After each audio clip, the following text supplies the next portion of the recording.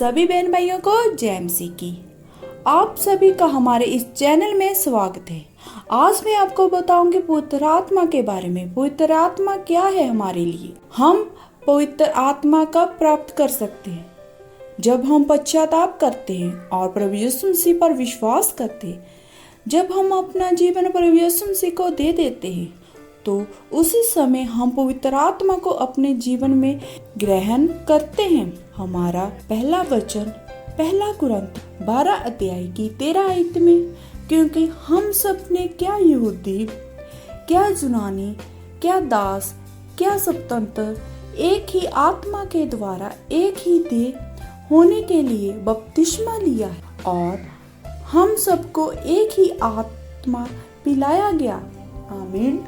इस वचनों में पौलुस इस कलीसिया को कह रहा है कि हम सबको पवित्र आत्मा मिला है। अगर कुछ लोगों को मिला होता और कुछ लोगों को ना मिला होता तो पौलुस जरूर इस बात का भी जिक्र कर। उसने कुरिन्थियों की कलीसिया को कहा कि हम सब की एक ही पवित्र आत्मा मिला है, हम सब एक ही परिवार है। हमारा अगला वचन इफिसियों 1 अध्याय वचन 13 आयत में, और उसी में तुम पर भी जब तुमने सत्य का वचन सुना जो तुम्हारे उद्धार का सुसमाचार है और जिस पर तुमने विश्वास किया, प्रतिज्ञा किया हुआ पवित्र वचन की छाप लगी।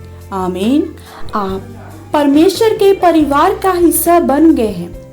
जब आपने सुसमाचार सुना तब आपने इस सुसमाचार पर विश्वास किया, पवित्र आत्मा की छाप आप पर लग गई और आपने पवित्र आत्मा को ग्रहण कर ली। हमारा अगला वचन रोमियो 8 अध्याय वचन 9 आयत में, परंतु जबकि परमेश्वर का आत्मा तुम में बसता है तो तुम शारीरिक दशा में नहीं परंतु आत्मिक दशा में हो। यदि किसी में मसीह का आत्मा नहीं तो वह उसका जन नहीं। आमीन। अगर आप प्रभु यीशु मसीह में हो तो ऐसा हो ही नहीं सकता उसका आत्मा आपके साथ ना हो। हमारा अगला वचन प्रेरितों के काम 16 अध्याय वचन 34 आयत में, और उसने उन्हें अपने घर में ले जाकर उनके आगे भोजन रखा और सारे गिराने समेत परमेश्वर का विश्वास करके आनंद किया। आमीन।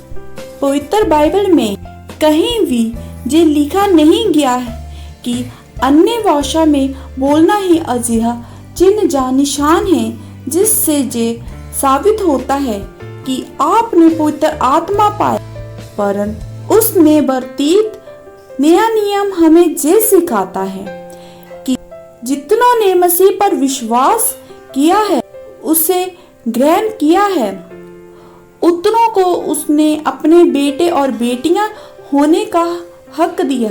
अगर उसने हमें अपने बेटे और बेटियां बनाया है और उसने हमें ये वादा भी किया है कि मैं तुम्हें अनाथ ना छोड़ूंगा, परन एक साइक आपके पास भेजूंगा जो हमेशा तुम्हारे साथ रहेगा। इस वचन के द्वारा परमेश्वर आप सबको आशीष दे। सभी बहन भाइयों को जय मसीह की।